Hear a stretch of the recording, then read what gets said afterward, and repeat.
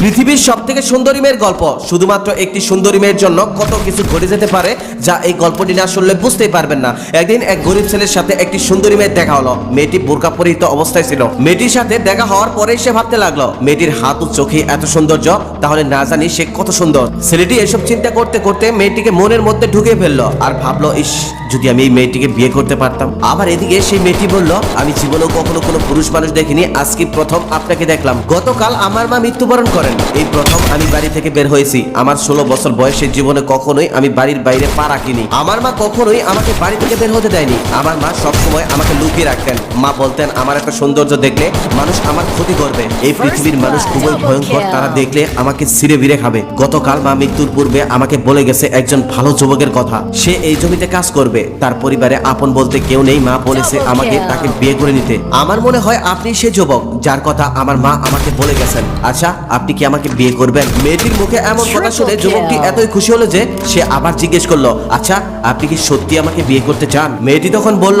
আমি মিথ্যা কথা বলি না, কারণ আমি কখনোই মানুষের সাথে ওঠা বসা করিনি। আমি শুধু মায়ের সাথে ওঠা বসা করেছি। আমার মা কখনোই আমাকে মিথ্যা শেখায়নি। তারপর খুবই পর্দা অবস্থায় মেয়েটি ও ছেলেটির বিবাহ হলো। বিয়ের দিনও খুবই পর্দার অবস্থায়, পর্দার আড়ালে তাদের বিয়ে হলো। বিয়ের দিনেও কন্যাকে কেউ দেখতে পারেননি, কারণ চারদিক কালো কাপড় দিয়ে ঢেকে রাখা হয়েছিল, যেমনটা ওই মেয়ে বলেছিল। কেউ কখনো ভাবতেও পারেনি ওই সাধারণ ছেলেটি এত সুন্দর একটা মেয়েকে বিয়ে করবে। কেউ কখনো কল্পনাও করতে পারেনি। ছেলেটি বাসর রাতে ঘরে ঢুকতেই দেখলেন তার চাঁদ মাখানো নতুন স্ত্রী ঘোমটা দিয়ে বসে আছে। সেদিন রাতে ওই যুবকটি একটুও ঘুমাতে পারেনি। সারা রাত তার স্ত্রীর চাঁদ মাখানো মুখ দেখে রাত কাটিয়ে দিছে। পৃথিবীতে এত সুন্দর মেয়ে আর দ্বিতীয়টি নেই, তার এমনটাই মনে হয়েছিল। একসময় তার স্ত্রী ঘুমিয়ে যায়, আবার তিনি সকালবেলা ঘুম থেকে উঠে দেখেন তার স্বামী এখন পর্যন্ত তার মুখের দিকে তাকিয়ে আছে। তার চোখ দুটো লাল হয়ে গেছে। তিনি বুঝতে পারলেন তার স্বামী তার রূপে মুগ্ধ হয়ে গেছে, তাই তিনি সারা রাত ঘুমাননি।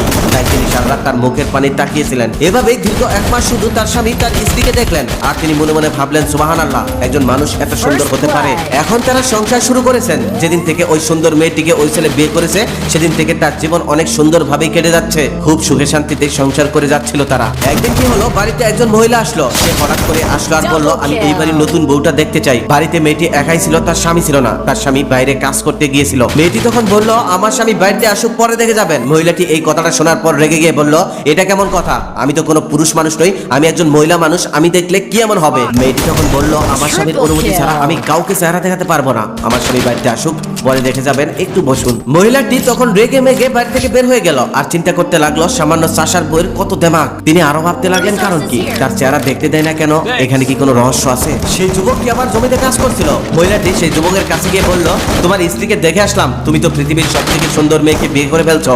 এমন সুন্দরী মেয়ে আমি জীবনেও কখনো দেখিনি। ছেলেটি সৎ সহজ ছিল, তাই বুঝতে পারেনি। সে ভাবছে সত্যি হয়তো। সেও তার কথায় তাল মিলিয়ে বলল, হ্যাঁ, আমার স্ত্রী পৃথিবীর সব থেকে সুন্দর। সে এতই সুন্দর যে রাতের বেলাতে তার রূপের আলোতে পুরো রুম আলোকিত হয়ে যায়। তাকে একবার যে দেখে তার উপর থেকে সে আর চোখ ফেরাতে পারে না। শুধু তাকে দেখতে মন চায়, তাকেই দেখতে মন চায়। মহিলাটি এবার সব বুঝতে পারলো। সে বুঝতে পারলো তাহলে এই জন্যই আমাকে দেখতে দেওয়া হয়নি। মহিলাটি তখন ওই যুবকের সাথে কথা বলা শেষ করে সোজা চলে গেল জমিদার বাড়িতে। সেই জমিদার ছিল খুব খারাপ মানুষ, সে মানুষকে নির্যাতন করত। মহিলাটি তখন জমিদারকে গিয়ে বলল, আপনার মতো একজন জমিদার থাকতে একজন কৃষক এত সুন্দর মেয়েকে বিয়ে করে কিভাবে? একজন কৃষকের ঘরে পৃথিবীর সব থেকে সুন্দর বউ, এটা কোনোভাবেই মানায় না। এটা একমাত্র জমিদারের ঘরে মানায়। জমিদার তখন ওই মহিলার কথা শোনার সাথে সাথে রেগে গেল আর প্রহরীতে দিয়ে তাদের দুজনকে ধরে আনতে পাঠালেন। তাদের দুজনকে রাত সবাই ধরে আনার পর ওই মহিলাটিকে জমিদার বলল, এই মেয়ে, তুমি আমার মতো জমিদার থাকতে ওই কৃষকের বউ হলে কেন? তোমার কি আমার মতো জমিদারকে চোখে পড়ে নাই? তুমি ওই সামান্য কৃষককে বিয়ে করেছো। মেয়েটি এবার বুঝতে পারলো যে সে ধরা পড়ে গেছে। এখন আর কোনো কিছু লুকিয়ে রেখে লাভ নেই। মনে মনে ভাবলো, আমি যদি এখন সকল সত্যিটা জমিদারকে বলে দেই, তাহলে হয়তো তিনি আমাদেরকে কিছুই করবেন না। তাই তিনি সকল সত্যি বলে দিল আর জমিদারকে অনুরোধ করে বলল যেন তাদের কেউ কোনো ক্ষতি না করে। কিন্তু মেয়েটি জানতোই না ওই জমিদারই তাদের সব থেকে বড় ক্ষতির কারণ হবে। জমিদার সবকিছু শোনার পর মেয়েটির চেহারা দেখার জন্য ব্যাকুল হয়ে গেল। এখন আর কোনো কথাই তার ভালো লাগছে না। জমিদার এবার সরাসরি বলল, ওই মেয়ে, আমি তোমার চেহারা দেখতে চাই। শুধু জমিদারই নয়, জমিদার সবাই সমস্ত লোকই তার চেহারা দেখার জন্য ব্যাকুল হয়ে গেল।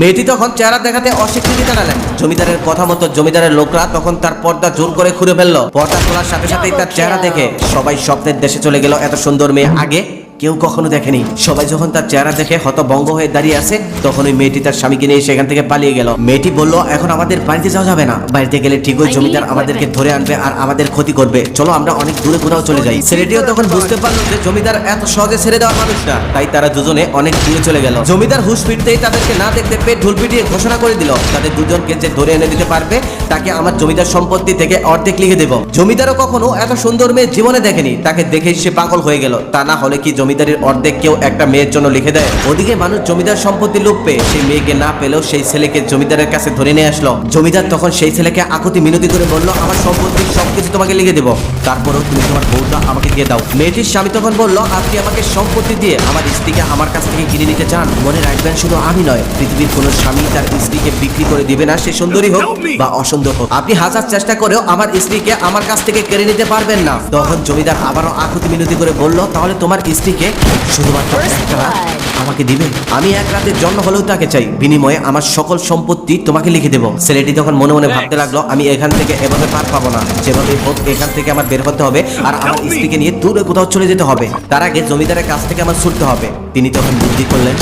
গল্পের পার্ট 2 2-3 দিন পরে আসবে। পার্ট 2 শোনার আগ্রহ থাকলে এই ভিডিওতে লাইক কমেন্ট শেয়ার করে রাখুন, কেননা এই ভিডিওতে লাইক কমেন্ট শেয়ার করে রাখলে পরবর্তী পার্ট দেওয়ার সাথে সাথে আপনার ফোনে চলে যাবে। নিশ্চিত আপনি পেয়ে যাবেন, আপনার অপেক্ষাও করতে হবে না, খুঁজতে হবে না।